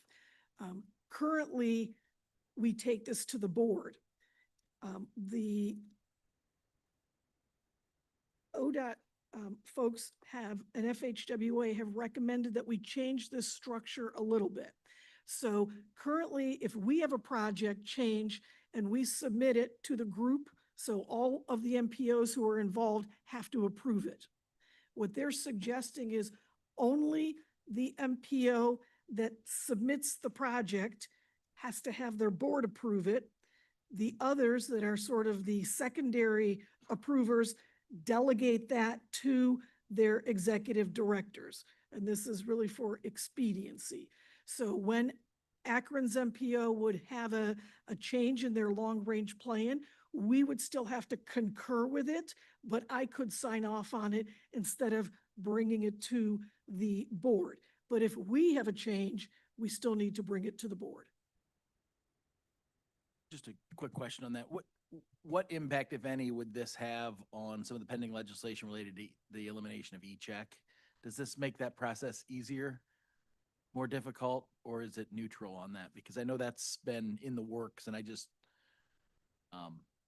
I think this is neutral to that requirement. okay. This is strictly projects that we introduce in our long-range plan and moving into the tip. So anything that would come on e-check wouldn't be affected by this because that's not going to be specific to NOACA's long-range planning. Correct. Makes sense. We're Thank you. really just talking about projects, the Yep. projects that we. It just, when I read the summary, I wasn't sure how broad that was. This clarification helps, so thank you. Public infrastructure improvements in Brook Park. This is related to the new Brown Stadium. And this is to take the project that we've already put into the long-range plan and move it to the tip. Advancing it to the tip requires funding, and at this point, they have received a significant amount of federal and state funding, and they are plugging that gap with local funds. So at this point, they have a fully funded project, so we are recommending to advance it to the tip. I will say, however, that they are still seeking to get other grant funds, which then would alleviate the need for all of those local funds. But if they don't get any other grants, they are prepared to issue those local funds to the project. We do have those 7 areas of concern that came up in the PPR process, and we have talked about this extensively at the board level. We have been working with the City of Brook Park and their consultants, along with the Haslam Group, to ensure that there is a phase 2 that is going to be presented to the board in September. So what we're looking at approval is phase 1. Phase 1 is only the City of Brook Park infrastructure. We have recognized that there will be impact to other jurisdictions, predominantly Middleburg Heights, Cleveland, Parma, Berea. And so we have analyzed that, identified areas of concern relative to stadium-generated congestion, and the City of Brook Park and the Haslam Group's consultant is studying those areas that we have identified further and coming up with mitigation plans that will involve some infrastructure capital expenses. And we'd like to have a good handle on what those remediation efforts will be and how much they will cost, so that the adjoining communities will have a full picture before we approve this phase 1 to the tip. So again, this is just for phase 1, but we will have the information available for phase 2, so you will understand the magnitude of phase 2 to phase 1. And although they have not completed those cost estimates yet, phase 1 is 106 million. This will be in no way, shape, or form anywhere near that magnitude. Here we're talking mostly about restriping lanes, adding turn lanes, maybe adding another lane, some traffic signalization, maybe a ramp, but very small, very small solutions. But we will have that ready for the board on the 18th, as we have promised. The enhanced mobility in seniors and individuals with disabilities. This is our Section 5310 funding. We have $2.8 million available for fiscal year 2026. The applications were accepted earlier in the spring. We had a total of $9.4 million requested against that $2.8 million that we have. There were 4 transit system requests and 24 competitive requests from other organizations. They are evaluated based on the NOACA coordinated plan. This is a very small amount of money. Looking at NOACA's probably $60+ million that we have annually, but it is a lifeline for many communities. So just wanting to emphasize that. We'll be providing $897,000 to the transit systems, 3 of them, GCRTA, Lake Tran, and Geauga County.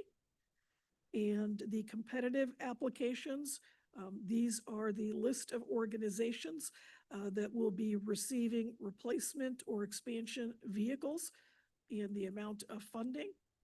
And so that total is $1.8 million.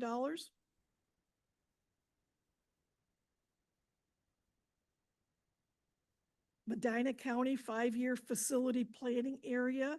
boundary and prescription updates. So here we have, obviously, as the title says, it's a 5-year update. We reviewed and proposed updates to 3,600 parcels and prescription areas, 3,320 for parcels for the prescriptions. And all of the primary DMAs in Medina County were consulted. They provided feedback and signed an acknowledgement of map accuracy. So at this point, we are bringing this to you with full concurrence from all of the affected parties and working with Medina County as well.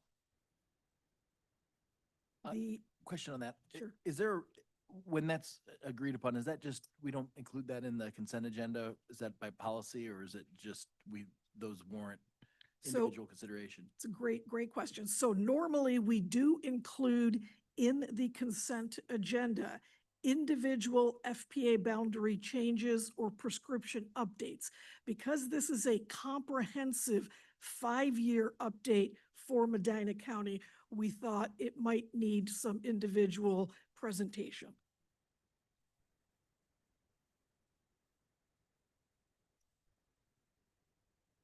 Next is the state fiscal year overall work program completion report. This is what Ronnie just reviewed with you, and there's really nothing else to say on that. Next is authorization to implement state infrastructure bank loans. We have 2 of these items. One is for Hilliard Road Bridge, and I'll talk a little bit just about the SIBs that cover both items. So a state infrastructure bank loan is a revolving loan program that gives us the ability to advance projects. They are 3-way agreements between NOACA, the project sponsor, usually a city or a county, and ODOT. We do have a policy on this that projects can be recommended whose costs exceed 25% of the annual allocation. We also have policies about how much debt we can take on, and this still meets that requirement. We actually have paid off significant amounts of prior SIBs. We have issued $78 million for 8 projects since 2014, and most of those are paid off, so we do have room to issue more. The Hilliard Road Bridge is a $66 million project. NOACA has already committed $12.5 million of STBG funds, which was already programmed for an SIB loan. However, they're now asking, as part of the upcoming TIP, an additional $20 million, taking this to about a $32.5 million loan. The loan is paid back with NOACA funds that typically would be assigned or targeted to Cuyahoga County. So it does not come off the top of NOACA's funding. It comes off of the funds that we would program for Cuyahoga County. We're just spreading it over. At this point, I believe they are looking at a 15-year loan. They do, however, pay a portion of the interest, meaning the project sponsor, Cuyahoga County. So in other words, what you're saying is that it's allowing them to take money that they would normally receive in the course of events going forward and coagulate those so that they can take care of a unusually high dollar project. Correct. And that has worked really well for us over the last decade or so, particularly when we've done cost benefit analysis and looked at if you delay a project further, the decay curves get really bad. And so this then saves us money in the end, or saves them, which is us in the end. And again, this is, yes, NOACA future funding. 32.5 million, 16 years. It's 15 years for the loan amortization, but there is a 1-year interest-free, and 3% is a prepayment penalty. 3% is the interest rate. And I think that's probably all that is necessary. Uh, The state infrastructure bank loan is also being recommended for Lee Road. So Lee Road, this is the rehabilitation of Lee from Miles to Invermere. So this is basically Shaker Heights as well as Cleveland. The total construction estimate is $26.6 million. And the NOACA commitment, we've already committed $10 million in the current TIP. That's the 26 to 29. We have not been asked for additional funds, so we are moving forward with the programmed infrastructure loan. And this is just for the Cleveland piece. So this is $10 million for 10 years of amortization. And the terms are the same in terms of the 3% interest. So that was it for the presentation on individual items. Do I have any further questions or comments on any of them? I noticed back in the senior and handicap that virtually all the money is for vehicles. Correct. And I'm just asking for how we justify buying vehicles, which in a normal environment, private sector environment, vehicle amortization and replacement would be part of the ordinary cost structure and not really part of their growth program or those kinds of things. And is that customary for us, or is this unusual for us to be all these vehicles? This is the federal program that we administer, and that is standard practice to purchase vehicles. There is some latitude to pay for their operating expenses, but we feel that the investment on vehicles, which is a capital investment, is both, I think, appropriate from a policy perspective, from a financial perspective, and we have an easier time administering the program with capital than we would with operating, because it's hard to determine what they're spending the money on in operating. We're here, we have a van, we can take inventory, we can look at the license plates and so forth. So this is standard practice. The recipients here are the transit agencies, which are government agencies, and then almost all of the recipients of the competitive vans are nonprofit organizations or government organizations. So City of Brecksville, City of Brook Park, and then some of those nonprofits. We only have one here that is a for-profit organization, Ace Taxi Service. And I would concur that I had some of the same questions you had regarding the for-profit, and actually Andy Conrad did as well in our committee. But that is a requirement of the federal program that they are eligible. And we do look at all of the criteria, and the criteria for funding is based on the human services plan that we put together, the coordinated plan. And the reason private sector qualifies to some degree is that they provide service that the nonprofits or the transit cannot, particularly when you're thinking of 24/7 service. And so we pay for that portion, giving them the vehicles. Is there any work done to where we look at their operating budgets to make sure that they're not diverting money that they could be putting towards vehicles, thereby, reducing the burden on this program and allowing us to spread that money around some more? We do. So the applications, when they come in addition to the ridership and service criteria, we do have some financial criteria, and we have a contract with a CPA financial analyst that takes a look at some of those financials that need to have that depth of analysis. I was just gonna add too, ACE is part of, for Medina County Transit, they handle Yes. a lot of. Actually, supplemental that's a good trips. point. Yep. ACE does partner with Medina County Transit, and also they have partnered in the past with the Medina County Senior Home.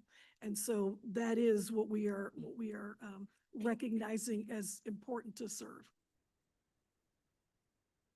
Okay, any other questions? Well, first question, Commissioner Harrison, do you want the Medina County 5-year plan in the individual action item, or do you have a problem putting that up in the consent agenda? If there's no reason it has to be individual, I thought it could be consent agenda, but if the policy and the practice has been to keep it in the in anything that's a bigger picture than that, to keep it individual, I'm okay. I'm fine either way. The answer satisfied me. So So remember, the policy and practice, we just started doing consent agendas this year. So you are developing the policy and the practice. This is the first 5-year update that has come up. So it does not necessarily need to be in the individual. Again, we're just highlighting it as a more significant approval that the board needs to offer than the individual quarterly updates. right. And the presentation noted, and I had also confirmed with our sanitary department earlier in the week that it isn't, unlike some history, I guess, recent history that I wasn't around for, this one is not controversial. Correct. But because remains the ability to pull it out of the consent agenda, I guess all else being equal, I don't have a problem with it being in there, because if anybody came to that meeting with an issue with it, they could always pull it out of the consent agenda. So I guess thinking on it more, maybe it would be appropriate to add it in to the consent. Yeah, so my suggestion was going to be for letter K and letter L, the Medina County 5-year facility planning area, to be moved to consent, as well as the state fiscal year 2026 overall work plan completion report be moved to the consent agenda. So I'll make a motion to move item K and item L from the individual discussion items, individual action items, up to the consent agenda. Is there a second? All those in favor say aye. Aye. Any opposed? Motion passes. Great. Any other questions or discussion on either the consent agenda items or the individual action items? Okay, seeing none, is there a motion to place the proposed slate of items, including the consent agenda items, on the Board of Directors meeting agenda for September 18th, 2026? So moved. Second. All in favor, say aye. Aye. Aye. Any opposed? The motion passes. Now we'll turn to a brief update on our regional strat plan from Grace. Grace? Yeah, so in 2015, by resolution 2015-004, we adopted the NOACA Regional Strategic Plan. This was a plan that was developed by the board, for the board, of course, supported by staff and a consultant, an outside consultant. And it serves as the basis for regional collaboration and stronger regional cohesion. We have, since this plan, started working on more items that were included in that plan, particularly around economic development. We now have responsibility for the comprehensive economic development strategy, the Brownfield Revolving Loan Fund program. And so at that time, we really were focused on transportation and some very basic environmental, such as the water and the air responsibilities we have. So we would like to take the opportunity to update this. We are not asking for a significant change to the document, but we do want to review it and look at what's missing, fill the gaps, and see what the board wants to do in terms of updating the things that we highlight. Great. Okay, any discussion? Fantastic. I think it warrants an executive session, so I'm going to move forward with that. Is there a motion for the executive committee to enter into executive session pursuant to ORC 121.22 G1 to consider the appointment, employment, dismissal, discipline, promotion, demotion, or compensation of a public employee or official, or the investigation of charges or complaints against a public employee, and ORC 1212.22 conferences with an attorney for the public body concerning disputes involving the public body that are subject of pending or immediate court action. Is there a second? I'll make the motion. Is there a second? Okay, let's do a roll call vote. Commissioner Beveridge, Aye. Mayor Bibb. Aye. Commissioner DeVorick, Commissioner Harrison, Commissioner Riddell, County Executive Ronayne. Aye. The vote is unanimous. Okay, well, I'll just ask everyone briefly to leave while we move forward with the executive session. Thank you so much. Or do you want to go to the smaller room? I would suggest it. All right, we can go to the smaller room.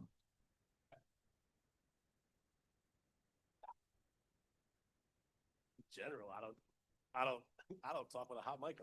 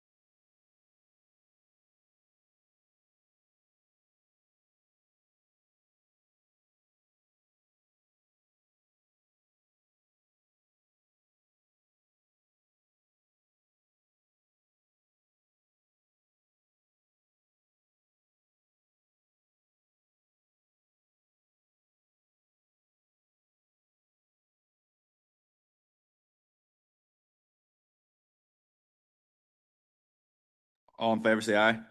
Aye. Any opposed? Motion's approved. No updates from the chair, no old business from the chair. Any new business? None. Is there a motion to adjourn?